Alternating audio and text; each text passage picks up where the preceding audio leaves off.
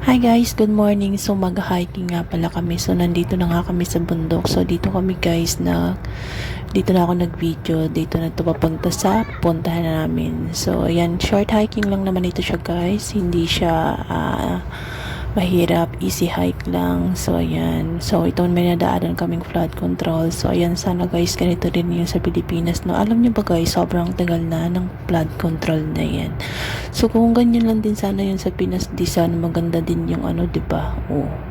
So ito na nga guys. So ayan, magpapatuloy na tayo sa pagka-hiking. So ayan, nag long sleeve pa naman ako guys, nagdala pa ako ng jacket. Yun pala, ang init din pala, paiba-iba yung weather dito guys sa Hong Kong, hindi mo maintindihan.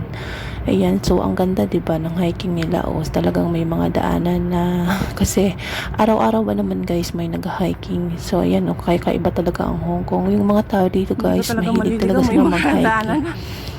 So, yun yung hobby nila dito guys, na isa sa mga pinagkakaabalahan nila. Yan, lalo ng mga matatanda dito guys, mahilig silang mag-hiking. So, ayan o, tingnan mo guys, clearing ngayon. So, nasobran siya sa clearing. So, ang ganda ng tanawin. So, nandito na nga kami guys, packet na kami. So, ayan, Thousand Islands ang tawag dito guys. Dito to sa Chunmon. So, ayan, ang ganda o yan guys.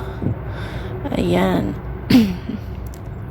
Lake ito siya guys, isa to sa mga pinagkukunan ng tubig nila. So ayan, so, syempre hindi tayo pahuhuli. So syempre dapat mag-model na tayo. Masulit naman yung pag-hiking natin at ang ating pagod. So ayan, ang ganda ng tanawin guys. Ayan, sulit na sulit. Ayan sulit na sulit yung view, napakaganda. Wow. Ewan ko guys, ba't nahilig ako mag-hiking. Dito lang naman ako sa Hong Kong nag-hiking. Sa Pinas hindi ko ito ginagawa. Ayan. Kasi guys, alam nyo, mas safe kasi dito yung hiking sa Hong Kong. Hindi ka maliligaw, maraming guide, tapos sobrang nakaka-enjoy kasi ang dami din lang talaga dito nag-hiking. Ayan.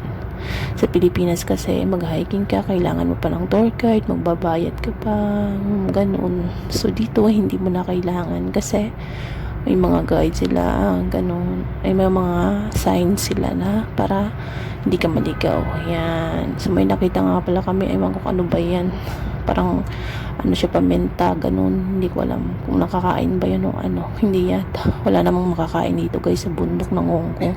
Hindi tulad sa Pilipinas, may mga bayabas, ganun. Dito wala, talagang ganyan lang siya. Ang ganda diba, ang daming tao guys talaga dito. May mga naabutan kami na grupo, siguro sa mga sa work yun. As in, ang dami talaga nila guys. Yan, grupo sila. Tapos pare-pareho sila ng mga bag, so sombrero. Tapos yung sinusuot nila pare-pareho, nakakatuwa. Siguro parang galing pa sila ng China. So ayan guys. Diba? Sulitin natin ito guys habang nasa bundok tayo para sulitin yung pag-hiking natin. Ganyan kami guys dito. Ayan, napakaganda ng tanawin, diba? Sulit na sulit. Ang daming mga ano dyan guys, eagle yata yun. Ang dami siyang lumilipad. Ang daming nalipad dyan. Yan, ang ganda ng lake nila. Ang maliit lang yung kung, pero sagana din sila sa tubig. Kasi marami dito guys, mga waterfalls, ganun. Tapos as in yung diretso sa guys sa nila, sa mga lake nila, tayang hindi masasayang yung tubig. So ganito din sa atin, no. Ayan na guys. So yan lang guys, ayan lang masishare ko sa adventure namin. Yan, sa susunod naman ulit. Masarap mag-hiking dito guys kasi winter na siya, hindi na siya mainit. So ayan, ang ganda diba guys. So yan lang guys. Nag-model tayo. Sulitin natin ito. Yan. Kasi pag nasa Pinas na tayo guys, wala na, hindi na magagawa natin ito. Busy tayo sa buhay doon. Diba? Ayan guys, yung mga ibon na sinasabi ko sa inyo. Ang dami. So ito na nga guys, pabalik na kami. Yan, galing na kami doon. Yan, thank you for watching. Have a good day. Bye. Mwah.